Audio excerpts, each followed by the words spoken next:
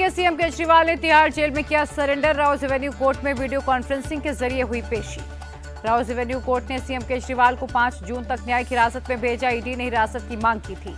Supreme court ने 10 मई को केजरीवाल को दी थी राहत। चुनाव प्रचार के लिए 21 दिन की अंतरिम जमानत। मां बाप का आशीर्वाद और बच्चों से गले मिलकर जेल के लिए घर से निकले केजरीवाल। राजघाट जाकर बापू का भी लिया आशीर्वाद। राजघाट के बाद प्राचीन हनुमान मंदिर पहुंचे केजरीवाल। पत्नी सुनीता समेत कई नेता मौजूद थे। पार्टी ऑफिस में सीएम केजरीवाल ने कार्यकर्ताओं को किया संबोधित। कहा, मैं तानाशाही के खिलाफ लड़ रहा हूं। मेरे लिए मेरी पार्टी नहीं देश महत्वपूर्ण है। 21 दिन की जमानत में मैंने कई पार्टियों के लिए किया प्रचार। सीएम केजरीवाल का बयान। केजरीवाल बोले, मेरे खिलाफ रत्ती भर भी सबूत नहीं, लेकिन जेल की सजा तानाशाही के खिलाफ बोलने पर हुई। आप सांसद संजय सिंह बोले, अरविंद केजरीवाल से डरते हैं पीएम मोदी। झूठे केस में उनको जेल में डाला गया। केजरीवाल आजाद भारत के पहले ऐसे सीएम हैं जिसने जनता और दिल्ली वालों के लिए काम किया। संजय सिंह का बयान। केजरीवाल के राजघाट पहुंचने पर बीजेपी नेताओं ने किया विरोध। वीरेंद्र सचदेवा का सवाल, यहां क्यों आए केजरीवाल? उन्होंने तो अपने दफ्तर से बापू की तस्वीर हटाई थी। दिल्ली बीजेपी चीफ वीरेंद्र सचदेवा ने निशाना साधा। कहा, दिल्ली में जल संकट है और केजरीवाल ड्रामा कर रहे। केजरीवाल दिल्ली के विलन हैं, वह लोगों के दिल से उतर चुके हैं। बीजेपी नेता मनोज तिवारी का बयान। दिल्ली के मंत्री गोपाल राय ने दिया भरोसा। कहा, हम जनता के लिए काम करते रहेंगे। सीएम केजरीवाल जेल से नहीं डरते हैं। तानाशाही के खिलाफ जंग की वजह से उन्हें जेल में डाला गया। मंत्री आतिशी का बयान। बीजेपी ने सीएम केजरीवाल को बिना सबूत के जेल में डाला है। आप नेता प्रियंका कक्कर का बयान। अरुणाचल विधानसभा में बीजेपी की बम्पर जीत। 60 में से 46 सीटों पर जीत दर्ज की। अरुणाचल में कांग्रेस की बुरी हार। 60 में से 19 सीटों पर उतारी थी उम्मीदवार। मात्र 1 सीट जीत पाई कांग्रेस। सिक्किम चुनाव में एसकेएम ने किया क्लीन स्वीप। 32 में से 31 सीटों पर दर्ज की जीत।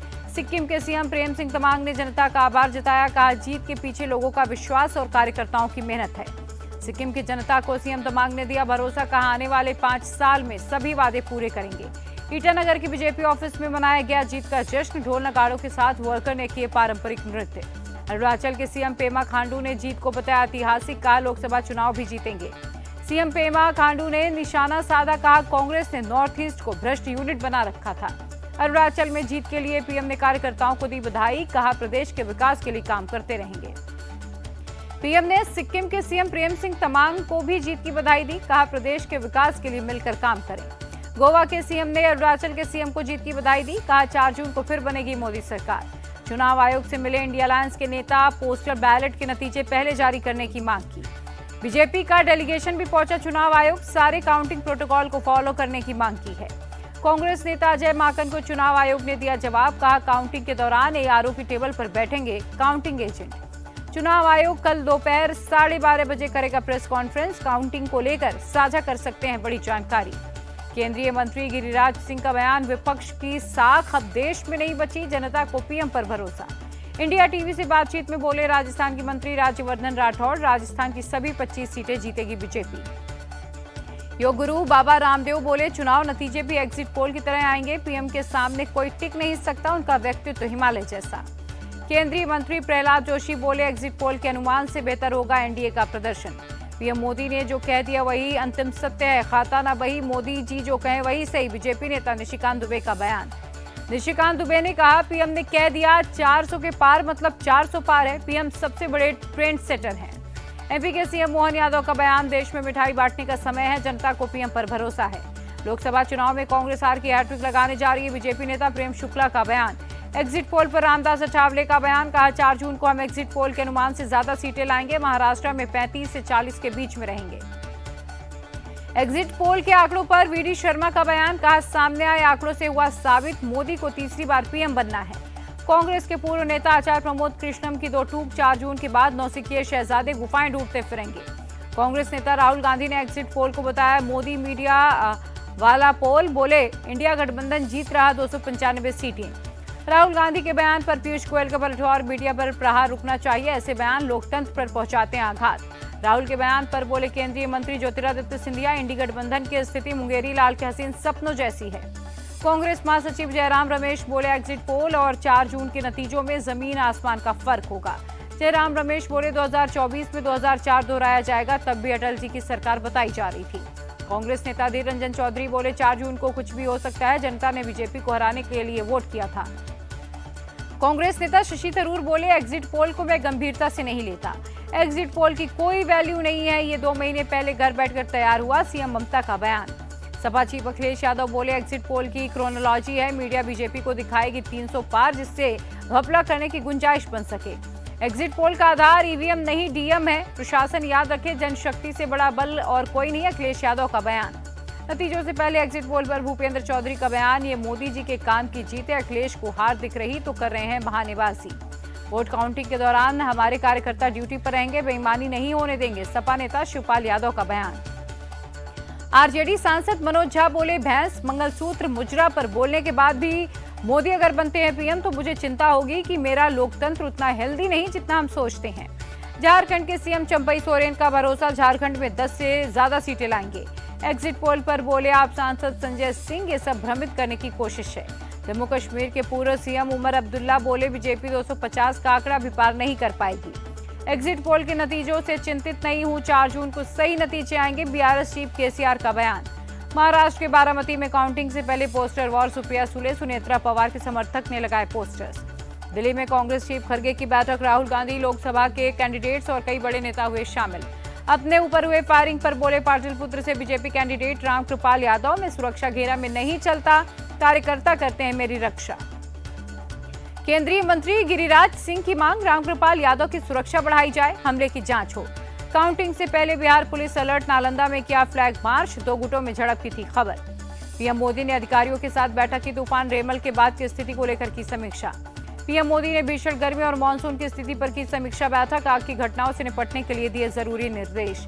तेलंगाना राज्य का 10वां स्थापना दिवस, पीएम मोदी ने प्रदेश के लोगों को दी बधाई।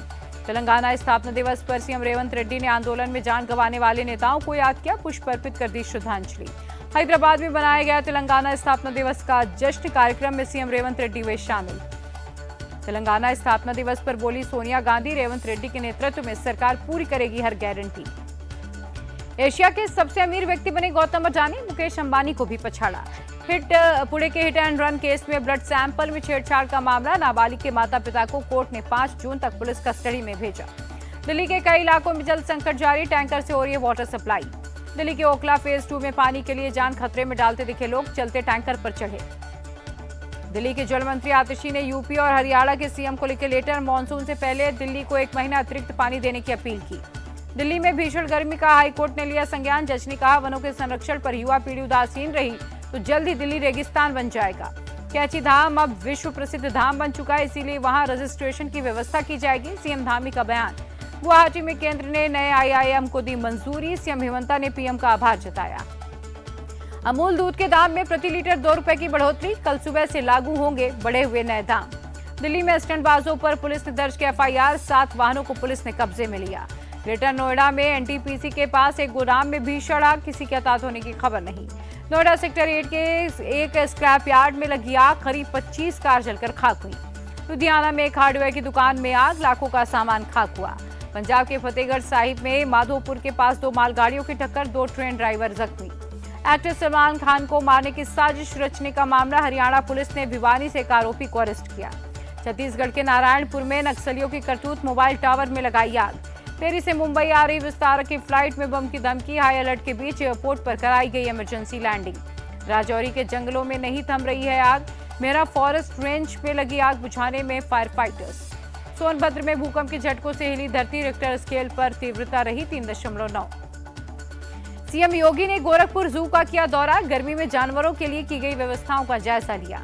एमपी के कई हिस्सों में तेज हवा के साथ बारिश, लोगों का भीषण गर्मी के चलते बाहर निकलना हुआ मुश्किल। तमिलनाडु के वेल्लोर में तेज बारिश, कई इलाकों में सड़कों पर पानी भरा।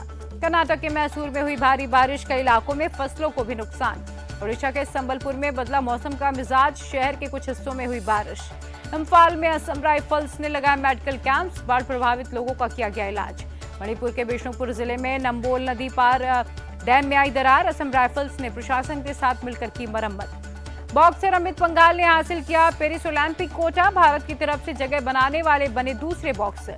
भारतीय महिला बॉक्सर जैस्मिन लंबोरिया ने पेरिस ओलंपिक के लिए फिक्स किया कोटा, 57 केजी कैटेगरी में बनाई अपनी जगह। रोहन बोपन्ना और मैथ्यू एब्डिन की जोड़ी ने किया कमाल, फ्रेंच ओपन के मेंस डबल के दूसरे राउंड में पहुंची जोड़ी।